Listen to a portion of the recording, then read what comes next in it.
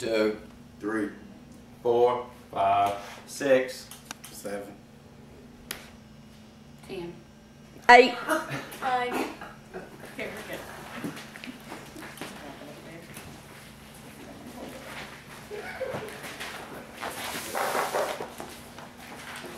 Okay.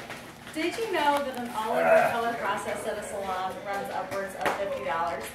For me personally, that's just too much money to spend on something that I can do myself at home for a fraction of the cost. Today I'm going to demonstrate how to color your hair at home, and I want to do this for a couple of reasons. One being to enhance your image, and two, to help you save money.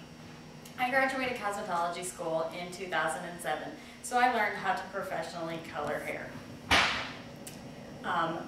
Coloring your hair at home is pretty simple. It just requires the steps of gathering your supplies, prepping your people, applying the color, color processing, color removal, and cleanup. Many people, especially adults who are graying, color their hair or have it colored. Coloring your hair at home is a cost-efficient option as opposed to going to a salon to have it done. The problem with coloring it yourself at home is most people don't know how to appropriately apply it. Today I am going to demonstrate how to do all of those steps, and the first thing that you need to do is gather all of your supplies. The first supplies that will be used will be to prep the person whose hair is being colored. You need to start with dry, untangled hair, as you see here, and next you need to apply a cape if you have one, and if not, a towel will be sufficient. It will be used to block hair color from staining the person whose hair is being colored and block it from staining their clothing.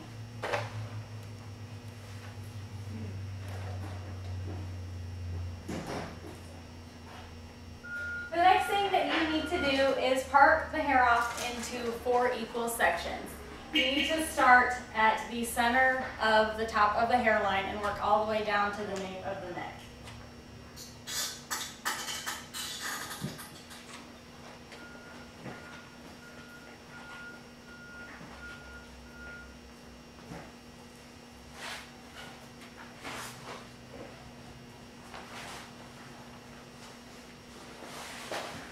And then the second part that you make is kind of in the middle of the top of the head, and it runs down the side of the head to the back of the ear.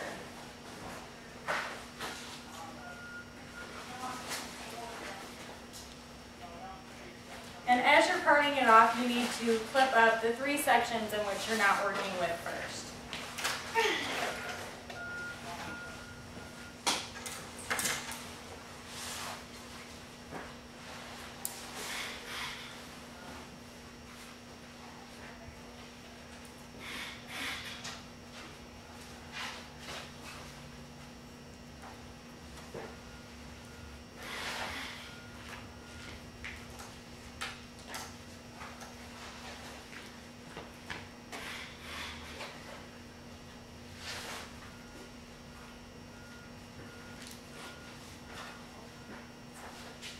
You need to leave one of the back sections of hair down because you need to start coloring in the back of the hair.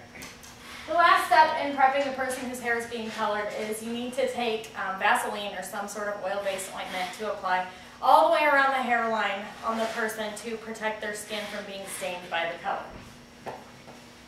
Next, you need to prep yourself if you're coloring someone else's hair.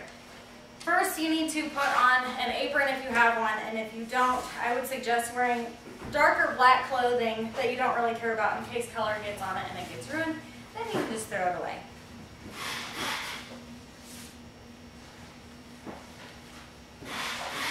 And then also you will need to wear gloves to prevent the hair color from staining your skin, but I don't put those on until after my color is mixed because it's easier. The next thing that you need to do is mix your color. If you bought a store-bought kit, all the contents are there. You need to, if using a color bottle, just take the color and pour it into the bottle in which already has developer and shake it until it's completely mixed together. If you choose to use a hair color that doesn't require a bottle, you can use a stain-resistant bowl and a color brush. You need to measure out the color in the developer, pour it in the bowl, and mix it until it's completely mixed together.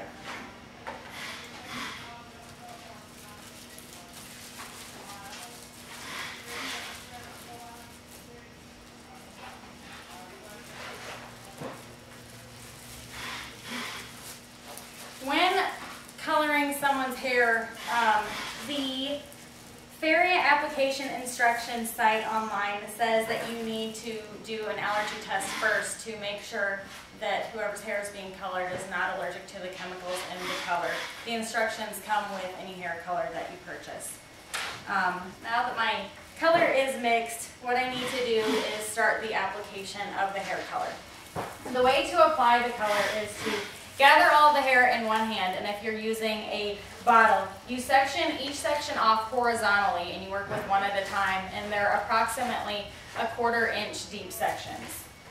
So you draw your line across and you bring the hair down. With the hair that you're not working with, you can clip it up or just set it over so that it doesn't fall down. You then take your color and squeeze some of it out as you pull the hair up at the root of the hair. Then you'll kind of rub it up about 1 inch far on the hair. Then you'll bring the section down and do the same thing again. Squeeze the hair color on, rub it down about 1 inch. Then you'll want to hold the hair from underneath so it's not laying on the skin, and squeeze the color as you go down, rubbing it into the hair until you get completely to the end of the hair, but making sure that as you work, all of the hair is completely saturated. And then you continue with your sections as you go along in each of your 4 sections. If you're going to use a color brush and bowl, you would dip it in your hair color and do this essentially the same thing that you would do with a bottle. You would rub it up about 1 inch on the hair, pull it down, do it at the roots again another inch, and then paint with your brush down the shaft of the hair, again making sure it's completely saturated.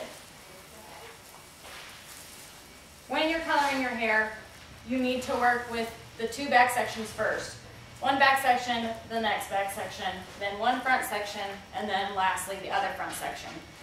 Once all of the hair is colored, you need to kind of gather it up and twist it and adhere it to the head so that it all stays together and it's not hanging down. Then you need to set your timer for whatever each coloring kit says individually. It varies. Approximately 20 minutes is the average processing time. Once the hair is completely processed, the next thing that you need to do is remove the color. In order to remove the color, what you need to do is rinse with water until the water runs completely clear and you don't see any color left rinsing out. You do not shampoo your hair after coloring it because it'll strip at least part of the color from the hair. A lot of the store-bought kits come with a conditioning packet in which you need to apply all over the head to let it sit for about 1 minute. Lastly, you need to do the cleanup of your person that the hair is being colored, yourself if you're doing it on someone else, and of your supplies. If you happen to get hair color on your skin, on yourself or the person that you're working on, you can buy at Snally Beauty Supply or any other beauty supply place. It's called Color Off, or this one is called Clean Touch. What you do is you take a paper towel, pour some onto it, it's just a liquid, and then rub it on the skin until the stain resolves. If you happen to get it on your clothes, you need to rinse them off immediately in hopes to salvage them. In conclusion to my speech, I hope that you feel confidently able now to color your hair at home. What you need to do is remember all of the steps in which are required. First is to gather your supplies. Second is to prep the people involved. Third is apply the color. Fourth is to allow it to process. Fifth is to remove the color. And lastly is cleanup. The hair coloring process at home seems kind of tedious, but the thing to keep in mind is that you are perfectly capable of doing it and thus enhancing your image, and also it saves you lots of money, so you can thank me later.